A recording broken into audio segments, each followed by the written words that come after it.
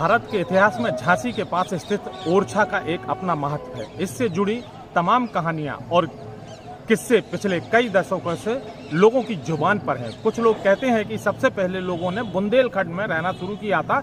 यही वजह है कि इस इलाके में हर गांव शहर के पास सुनने को कई कहानियां और बुंदेलखंड की दो खूबसूरत सी दिलचस्प जगह हैं, ओरछा और कुंडाल, ये दोनों। तो हम आपको लेकर आए हैं ओरछा, जहां पर राजा राम के नाम से पुकारे जाते हैं और जाने जाते हैं रामचंद्र जी। तो देखते हैं राजा रामचंद्र जी की सल्तनत के बारे में।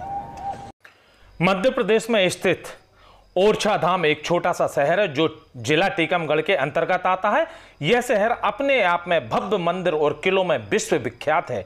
यहाँ के भव्य शहरों में और किलों को देखने के लिए रोज हजारों की तादाद में पर्यटक आते हैं, पहुंचते हैं। भव्य किले और मंदिरों के अलावा ओरछा की एक और अनूठी जगह है जो इसे पर्यटकों के बीच अनूठी जगह बनाती है। वह है राजा राम का मंदिर। जी हां, भगवान राम का मंदिर, जिन्हें यहां राजा समझकर पूजा जाता है और दिन में 5 बार पुलिस द्वारा गार्ड ऑफ ऑनर भी दिया जाता है। आपको जानकर हैरानी है कि भगवान राम को ऑनर ऑफ गार्ड देने की परंपरा करीब 400 साल पुरानी है। ओरछा में स्थित राजा राम के मंदिर में ओरछा मंदिर भी कहा जाता है। मंदिर में भगवान राम के राजा के रूप में पूजा जाता है और दिन में 5 पहर उन्हें गार्ड ऑफ ऑनर प्रदान किया जाता है। राजा राम को समर्पित यह मंदिर बेहद भव्य और आलीशान बना हुआ है।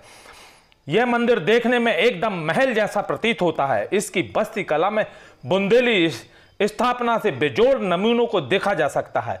कहा जाता है कि रोज यहां पर राजा राम अयोध्या से अदृश्य रूप में आते हैं और मंदिर में राजा राम, लक्ष्मण और माता जानकी की मूर्ति स्थापित है। इनका श्रृंगार अद्वितीय होता है। मंदिर का प्रांगण काफी विशाल बना हुआ है। भगवान श्री राम को ओरछा में 400 वर्ष पूर्व राज्याभिषेक हुआ था और उसके बाद आज तक यहां भगवान श्री राम को राजा के रूप में पूजा जाता है। यह पूरी दुनिया का एकमात्र ऐसा मंदिर है जहां भगवान राजा राम के रूप में पूजा जाता है। अयोध्या से ओरछा जाने के लिए एक मनोहरी कथा है जो हम आपको बताते हैं। एक दिन ओरछा नरेश मधुकर शाह ने अपनी पत्नी गणेश कुमारी से कृष्ण उपासना के इरादे से वृंदावन चलने के लिए कहा, लेकिन रानी राम भक्त थी, उन्होंने वृंदावन जाने से मना कर दिया था।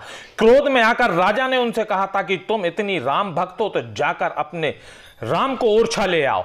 रानी ने अयोध्या पहुंचकर सरयू नदी में किनारे लक्ष्मण किले के पास अपनी कुटी बनाकर साधना आरंभ कर दी।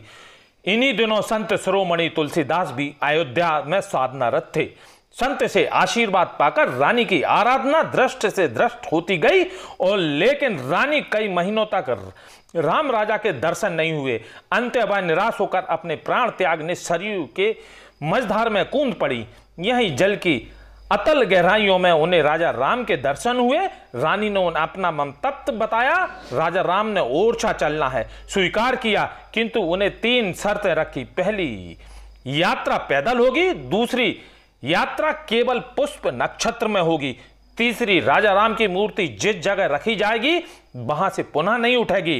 रानी ने राजा के संदेश भेजा कि वो राम राजा को लेकर ओरछा आ रही है। राजा मधुकर शाह ने राम राजा को विग्रह की स्थापित करने के लिए करोड़ों की लागत से चतुर्भुज भवन का निर्माण कराया। जब रानी ओरछा पहुंची तो उन्होंने यह मूर्ति अपने महल में रख दी। यह निश्चित हुआ कि शुभ मुहूर्त में मूर्ति को चतुर्भुज मंदिर में रखकर इसकी प्राण प्रतिष्ठा की जाएगी। लेकिन राम इस विग्रह जो चतुर्भुज जाने को मना कर दिया। कहते हैं राम यहां बाल रूप में आए थे और अपनी मां का महल छोड़कर वो मंदिर कैसे जा सकते हैं। राम राजा इसी महल में विराजमान है, उनके लिए बना करोड़। राजा राम मंदिर के पास काफी ऊंचे 2 मीनार वायु यंत्र लोगों को आकर्षण का केंद्र हैं, जिन्हें सावन भादों कहा जाता है। इनके नीचे बनी सुरंगों को शाही परिवार अपने आने जाने के रास्तों के तौर पर इस्तेमाल करता था। इन स्तंभों के बारे में एक किंवदंती प्रचलित है कि वर्षा ऋतु में हिंदू कैलेंडर के अनुसार सावन के महीने के खत्म होने पर और भादों मास के शुभारंभ में के समय दोनों स्तंभ आपस में जुड़ जाते थे। हालांकि इसके बारे में पुख्ता सबूत तो नहीं है। इन मीनारों के नीचे आने जाने के रास्ते बंद कर दिए गए हैं एवं अनुसंधान का कोई रास्ता नहीं छोड़ा, इसलिए इसे सावन भादो कहा जाता है और ये आपस में मिलते हैं। ये सावन भादो बहन भैया का रिश्ता, बहन भैया के राखी बांधेगी तादना 5-6 मिल जाती है। सब जाते बोलते साहब बहन भैया का रिश्ता। फूलबाग 9 चौक।